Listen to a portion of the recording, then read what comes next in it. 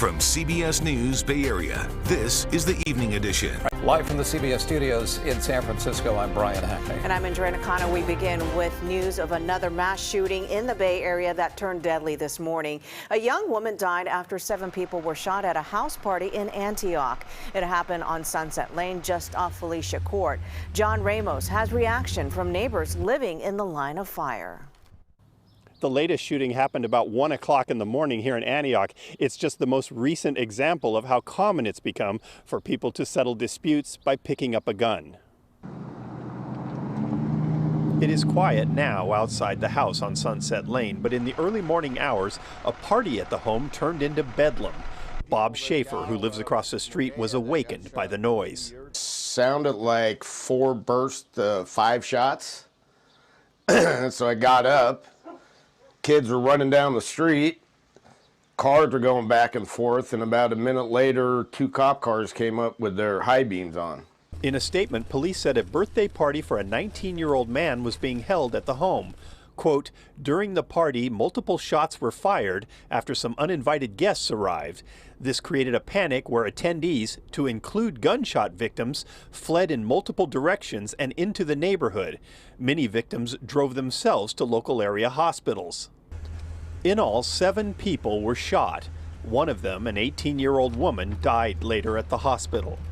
A man named Chris was visiting his elderly mother at a nearby house. You know, and then they're running through the yard, and all hell's breaking loose. People are running all over the place, and it was chaotic. I mean, it was nuts. This was the second mass shooting in the Bay Area this weekend.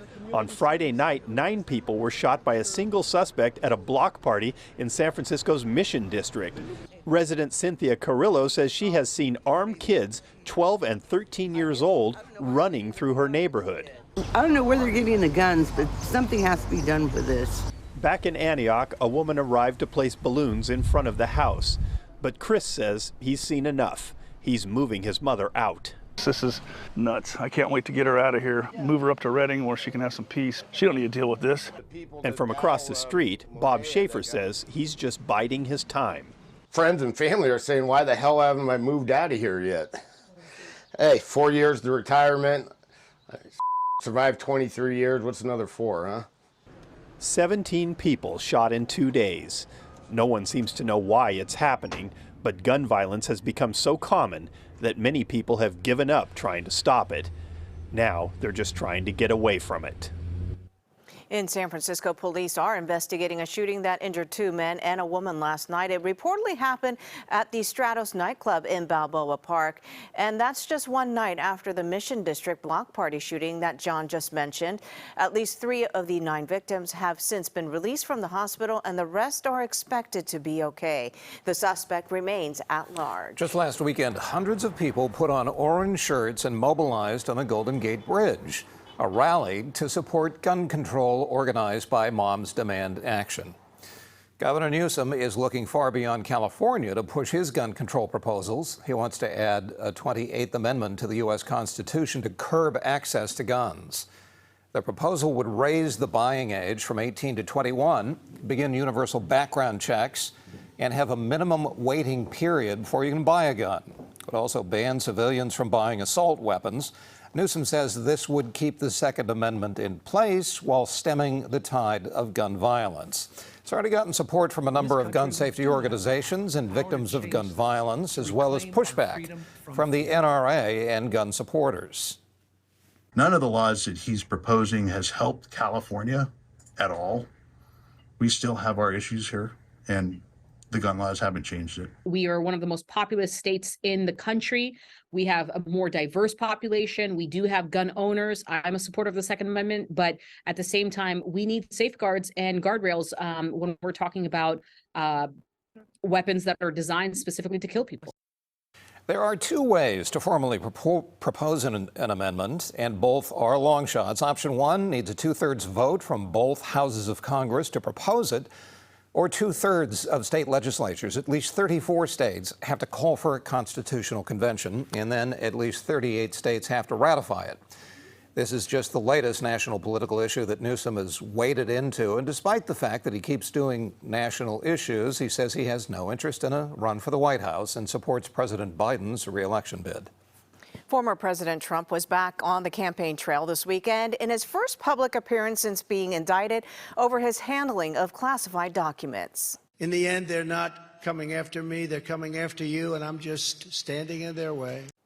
The 37-count federal indictment accuses Trump of obstruction and conspiracy connected to hundreds of classified documents he kept after leaving office. Photos in the indictment show file boxes stored at a Mar-a-Lago in a public ballroom, even a bathroom. Trump's former Attorney General Bill Barr says the allegations made in the indictment should be a cause for concern. This is much different. He's not a victim here. He was totally wrong.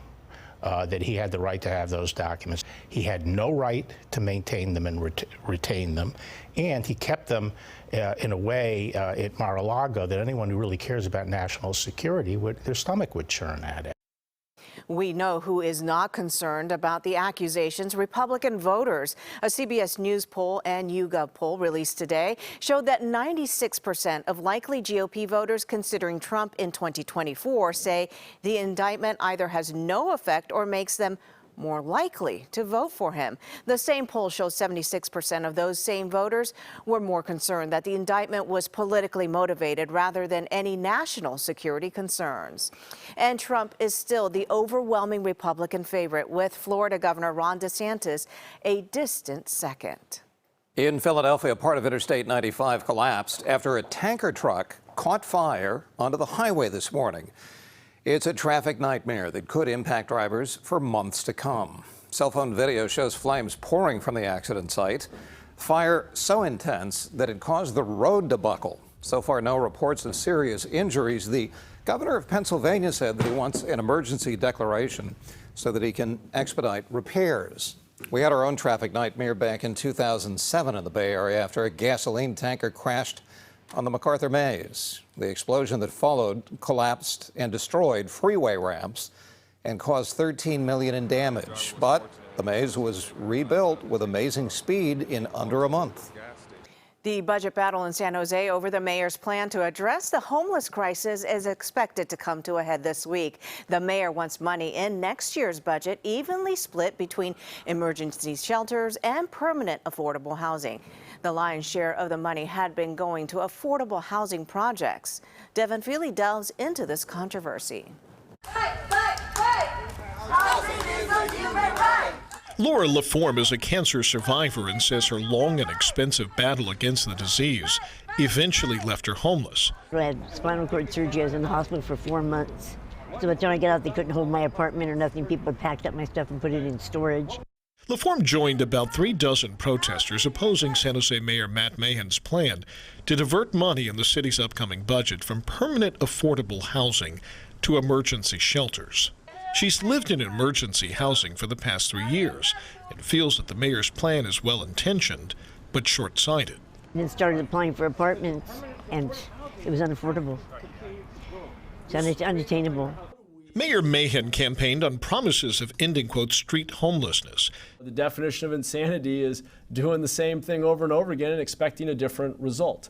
If we leave the status quo allocations, we will get the status quo outcomes with regard to encampments. The mayor's budget includes $36 million for affordable housing projects that have already been approved, another $50 million for brand new affordable housing, and a final $50 million for emergency interim housing and services. It's a clear moral imperative that we face to give basic, dignified housing with supportive services and that privacy and stability and security to every person in our community before we embrace the slowest, most expensive strategy possible. LaForme says she is ready to transition out of emergency housing and find a permanent place of her own, but hasn't been able to find one that she can afford. And that, she says, is the flaw in what the mayor is proposing.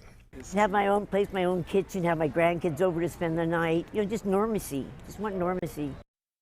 In San Jose, a cancer prevention fair returns to the city after being on hiatus for 4 years. Seeds of Hope connects cancer patients and survivors with physicians and cancer experts to learn about prevention strategies. People also got the chance to learn from healthy cooking demonstrations and even to donate their hair so it can be made into wigs for those undergoing chemotherapy.